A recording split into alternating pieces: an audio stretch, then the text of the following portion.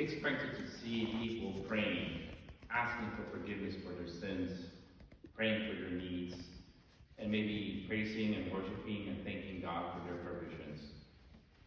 But instead, what Jesus saw was greed, and poor people were being taken advantage of. So he made a whip from some ropes and chased them out of the temple. We can say that his anger and disapproval were justified, because we know that his temple was not meant for that. But it is also interesting, though, that the religious leaders didn't immediately attack Jesus after he overturned the tables in the temple.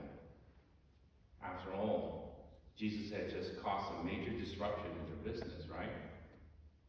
The chief priests, the scribes, the leaders of the people were seeking to arrest Jesus and to put him to death, but they could find no way to accomplish their purpose.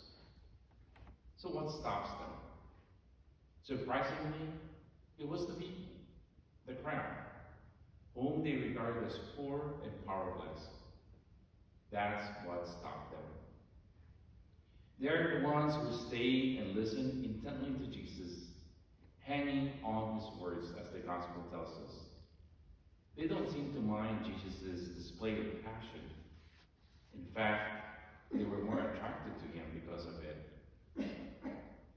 After Jesus cleansed the temple, there were plenty of room for the crowd to gather around and hang out with Jesus, listening to every word that he says. Hanging on his words. I love this phrase.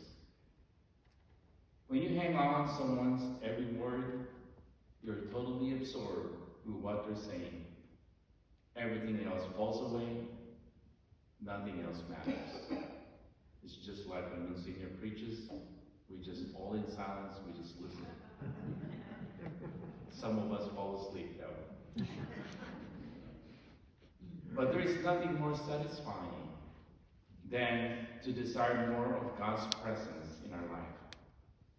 His words become more precious, his voice becomes beautiful, and we listen to God's voice every day, whether we are here at Mass or in our own personal time of prayer.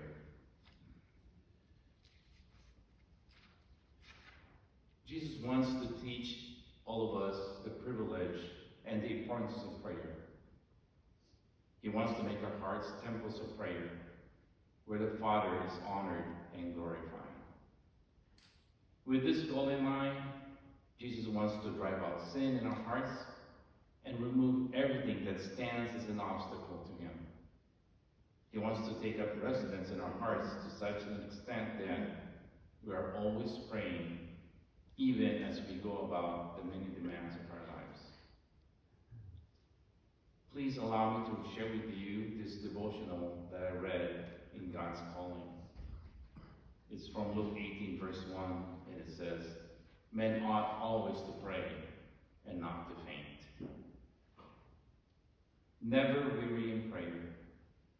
When one day man sees how marvelous his prayer has been answered, he will deeply, so deeply regret that he prayed so little.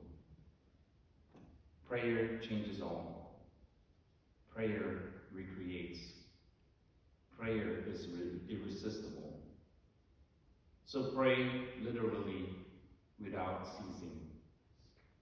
Pray until you almost cease to pray, because trust has become so rock-like. Then pray on, because it has become so much a habit that you cannot resist to pray. And always pray until prayer merges to praise. That is the only note on which true prayer should end. My dear friends, we will never know how much we miss the Lord until we actually be with the Lord in prayer. Nothing else can satisfy.